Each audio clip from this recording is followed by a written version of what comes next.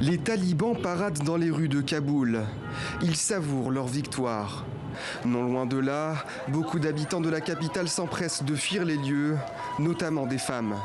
Elles font partie des premières cibles de la doctrine des talibans.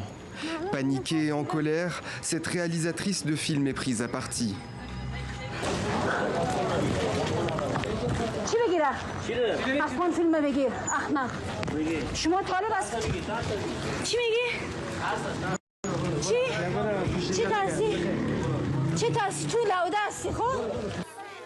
Dès les premières rumeurs d'incursion dans la capitale, ces commerçants se sont débarrassés de toute image faisant référence à l'altérité féminine.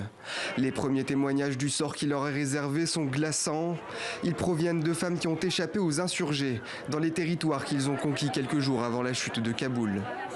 Des militants talibans m'ont expulsé de force sous la menace d'une arme. Ils ont tué mes fils et ont épousé de force mes belles-filles. Ils ont pris de force 3 ou 4 filles de chaque maison et les ont épousées. Nous devions partir. Les femmes afghanes craignent un douloureux retour en arrière, mettant à mal les progrès et les droits acquis depuis 20 ans.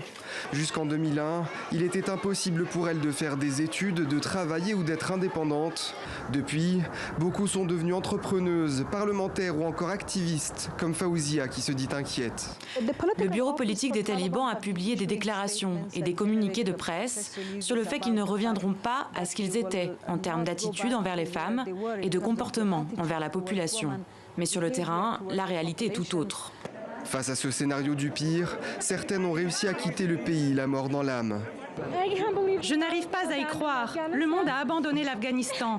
Nos amis vont être tués. Nous, femmes, n'aurons plus aucun droit. Mais beaucoup sont désormais bloqués sur place. Pour elles, l'espoir n'est presque plus permis.